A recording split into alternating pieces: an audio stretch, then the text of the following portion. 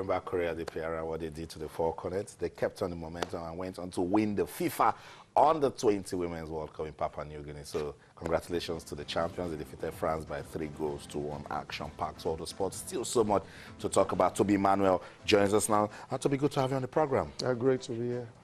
Toby, over the weekend, a lot of good things happened to women's football in Nigeria. The Super Falcons are champions again. I'm very happy when we talk about the Super Falcons, but sometimes the happiness is not total because the neglect about the team and also the issues of funding has always reared ugly heads when we talk about the Super Falcons. 2 years ago, they were champions. I spoke with a couple of players yesterday when they arrived also on Sunday, and they said, okay, it was better, even though the federal government promised them, federal government failed to host them and reward them for being African champion in 2014. They got their match bonuses, they got their allowances, so their only compensation was, okay, they went to the tournament, they were African champions, and they got little incentives in their match bonuses. But in 2016, the African champions, they've not gotten their match bonuses, apart from the few, the camping allowances they got when the NFL paid into their account during the tournament, after a lot of cries when they threatened that they were not going to play. Now they've been in Abuja since yesterday, and nobody seems to know the direction, the way they are going. A lot of people have suggested that the money, $80,000, part of the money should be shared among them, given to them and also. But the money doesn't come so quick, like I know the process. But it's just unfortunate that I keep saying this, the NFF have not prioritized female football in Nigeria. But another silver lining is the fact that, like Amaju said in the interview, spoke with him, there is a new change in the sphere of women development in Nigeria now because of the new constitution of people. For the first time, we have people who have passion, who wanted to contribute, but they've been barricaded in the past. Now they've given the platform for them to come and contribute to the development of Women League. Let's see how it pans out, but we must set our priority right.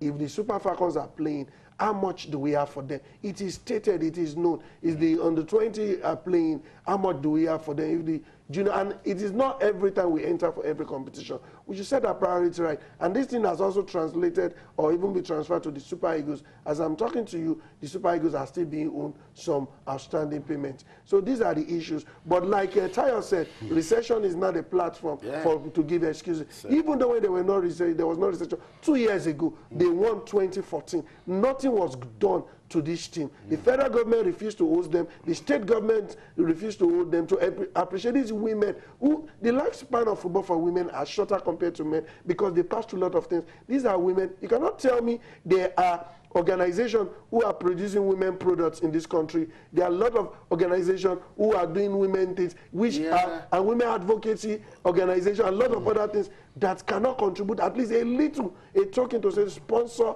this team. And they are African champions 8 times. It's a brand. We have to build a brand propensity to make it attractive and also make it. But if you kill the brand, you not attract sponsors. What is that? You need to package it. It must be attractive. Obviously, you know, I should be able to. She called me. Like what we saw on Sunday was one of the sponsors who hosted the team. It also gave that team that sense of belonging. That if not for that, they will have just come as African champions. In this country, I still have that pictures.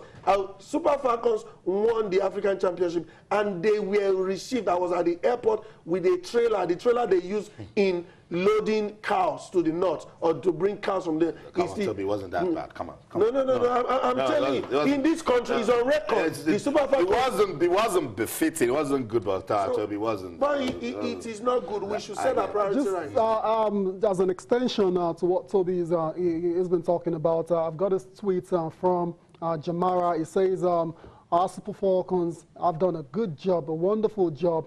Why is it that we're still talking about allowances? Why is that still pending? And I mean, we all know the answer to that. Obviously, recession. It's not recession. Okay, but there's no money funding issues. Even before, let me just, like we said it on this program, and every platform we have opportunity to talk about it.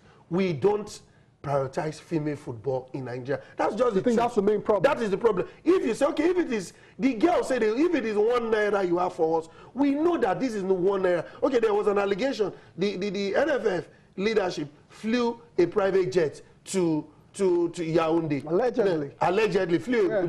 We at the Nigerian Sport Award, we saw that he had visitors. The FA president of Liberia, Bileti, the famous Bileti, that wanted to vie for the FIFA president. Yeah. Also, Ghana, Natayaki was there. Kwesi was here also. So I want to play the devil's advocate. I want to believe they were the owner of the private jet. And that it, but on social media, a lot of people have been speculating, okay, it cost that private jet 42 million naira to go there. Why not share? And like I told a few people, we don't know the source of the fund for the jet. And we don't know who owns the jet. So they took the private jet there. They went there to also see how they could talk to the players, motivate the players, and also the player. So, but in all, if you come into the table, come with a cleaner so that we know, okay, this is 1,000 naira you are giving to the Falcons. Let us know from day one. Then we will know that even if you say you don't have money, we understand with you. Sure. But it's not you say you don't have money, then sometimes you're throwing a birthday party, or you're throwing, you're blocking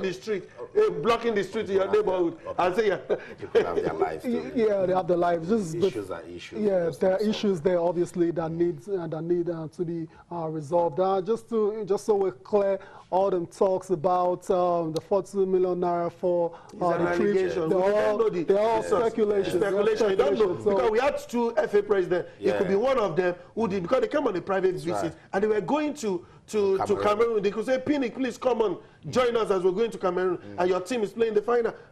So what's the But that shouldn't even be the issue. The issue should be the Super Falcons are back home now. Yeah. Let's make these girls happy. Let's consolidate on the victory. Yeah. Let's fix the league. Let's bring them together now and say, you guys are major players. Give them sense of belonging. That's the word. And you guys are part of this development. What do you think we should do? Carry them along. And see the way the league is being positioned now. We are trying to revive and see it also complements. We saw from the play the Ghanaian team were better technically. The South African team were better. Even the Cameroonian. So Cecilia said they went with about 12 officials, and everything was. They were better. So, but we got it. Share in the brilliancy. Imagine if Desire Paranaso was playing in the Nigerian league.